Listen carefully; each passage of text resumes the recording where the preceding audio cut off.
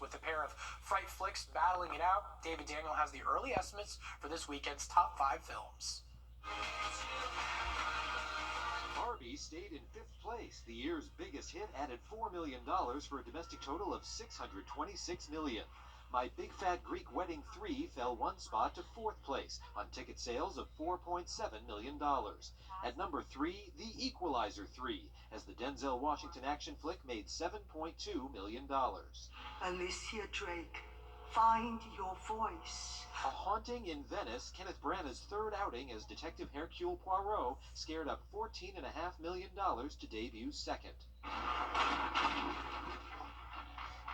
The Nun 2 was just a bit scarier, summoning up $14.7 million to claim the top spot for a 2nd straight weekend.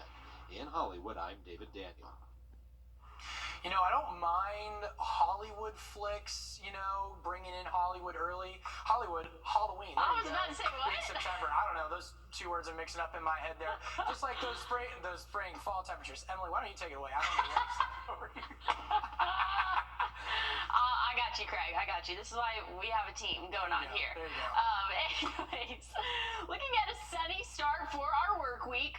Then going to see some mix of clouds coming in, but overall a great 7-day for us. Definitely excited about this one. We can see lows some nights in those upper 50s. So it really is going to feel like fall over the next 7 days. A nice taste of what's to come, hopefully. And we'll continue. But here's a look as we head into the overnight hours. We're sitting in those upper 60s, lower 70s. I'll go ahead and say average right around that 70-degree mark. And things are dry. I know we're seeing a little bit of blue. That's just popping up some cloud cover, maybe some higher in the atmosphere moisture, but not seeing any rainfall for us here. We saw some earlier, though, today. Really heavy rain and thunderstorms, flash flood warnings, severe thunderstorm warnings along the East Coast. So us here, though, we just saw some showers. Some were heavier at times, but again, that main batch of rain really stayed off to the east. We're going to be clear overnight tonight. Like I said, dropping off into those lower 60s, and we're going to be sunny tomorrow. Tomorrow, I'm really expecting a great day for us. We'll warm up into those lower 80s, so really not too hot out there. Plenty of sunshine throughout the afternoon and evening. Now to start our Tuesday morning, might see a little bit more cloud cover there, but that's when we could see those upper 50s, low 60s for the overnight lows, and we'll warm back up, though, into those 80s for the afternoon highs. But, I mean, 80s in September, I don't think we're too mad about it. Here's kind of a look at what we're dealing with the jet stream. Seeing a cold front is going to be pushing through and has already brought that rainfall to us. It's roughly, I probably should have drawn it out here, but it is sitting just a little bit north and west of us, but that's going to dip down, help us cool off even a little bit more. But here's just Tropical Storm Nigel, switching things over to the tropics. It's still a tropical storm right now, expected to strengthen possibly into a major hurricane, but the good news is it's going to be a fisherman's storm, not expected to make any land impacts. So again, this is Tropical Storm Nigel. We're getting in going down, I guess, on the peak of hurricane season. So still have a few months to go, and we're already at letter N on the alphabet. But let's take a look at that 7-day.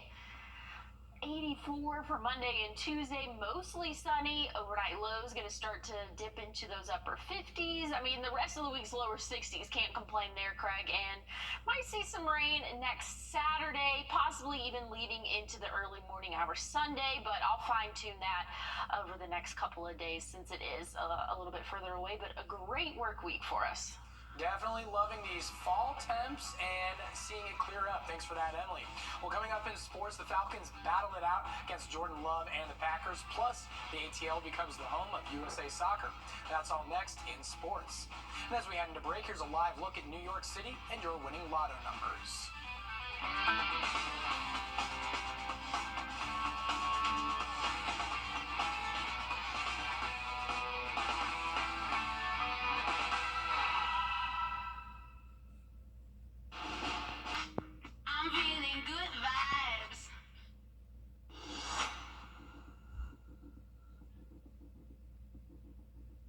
First Alert Radar, powered by Jim Hudson Lexus Acura Cadillac.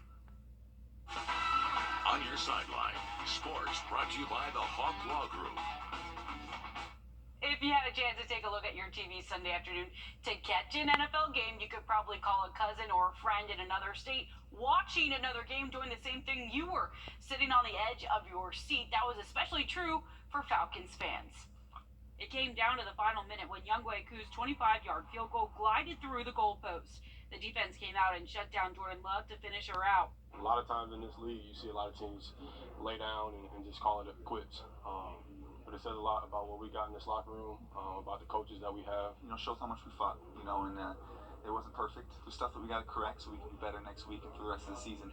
But at the end of the day, when it came time to have to get those stops, when our offense was cruising to play, for us to play complementary football and really capitalize on them moving the ball, we had to get those stops, and we did. Bijan Robinson picked up his first 100-yard rushing game, capping off 23 touches for 172 yards of total offense. I think that, us coming out there in the fourth quarter and us having a plan, obviously we were down, to just go out there and just play our game, be physical, don't worry about nothing else. And that's what we did, and we got out with the win. When you see the Atlanta Falcons out there, will never be down for the count.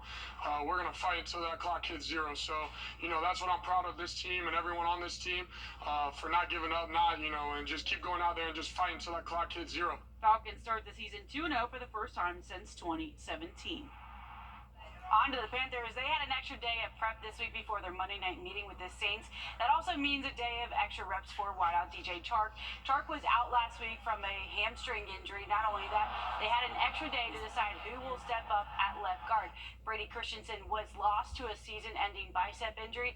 That means between Cade Mays and Nash Jensen will likely replace him.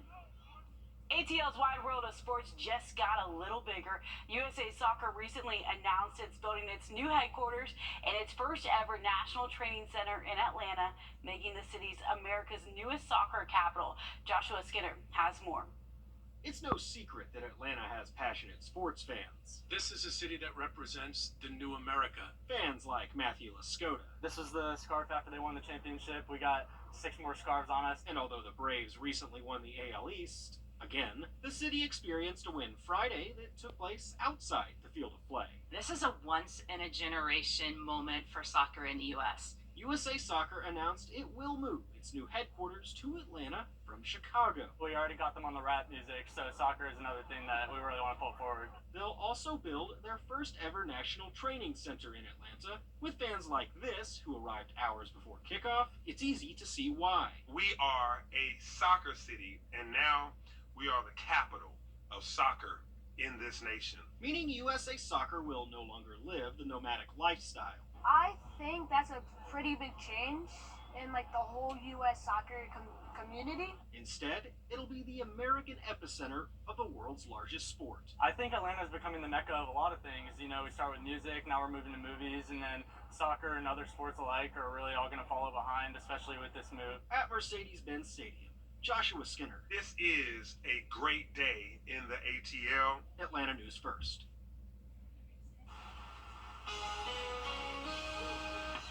Well, we saw some rainfall earlier in the day today. Aiken read right around an inch. In Augusta, almost 2 inches of rainfall. I'll have another look at your forecast, though, for this week coming up after the break. Kelly needs new floors, so she went to the flooring experts at LL Flooring, and it was as easy as 1, 2, 3, floor. Step 1, find the material that works for you. Had to be hound-proof. Step 2, browse your style and your budget. Blondewood, naturally. Step 3, pick the right floor at the right price. Step 4, floor. Enjoy. LL Flooring. Every step covered. Right now, save up to 15% on the latest flooring styles. Visit llflooring.com. Answers to your Well, they're gonna let her go. real life solutions. It will save lives, no doubt about it. Investigate TV Plus. Well, happy Monday. Thanks for staying up with us. Looking at this week's forecast, we are expecting a great start to our work week. And honestly, it's going to be a great work week. I'm expecting, Craig, we're going to see temperatures in those lower and middle 80s. That's actually a couple of degrees below average from what we see this time of year.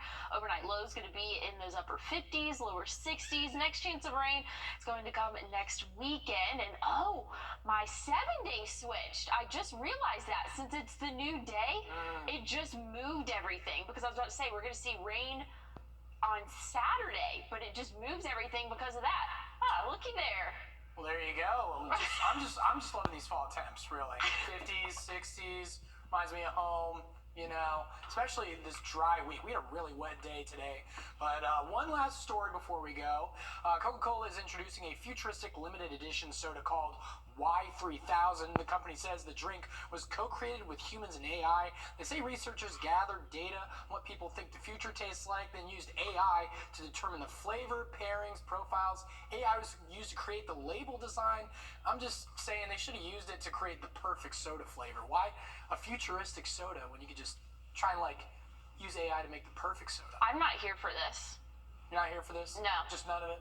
None of it. Yeah, this is very weird to me. Alrighty, well, thank y'all for staying up with us. I'm Craig Allison, but if you're waking up with our morning show, be sure to join Nick, Sana, and Tim. And thanks again. Have a good night.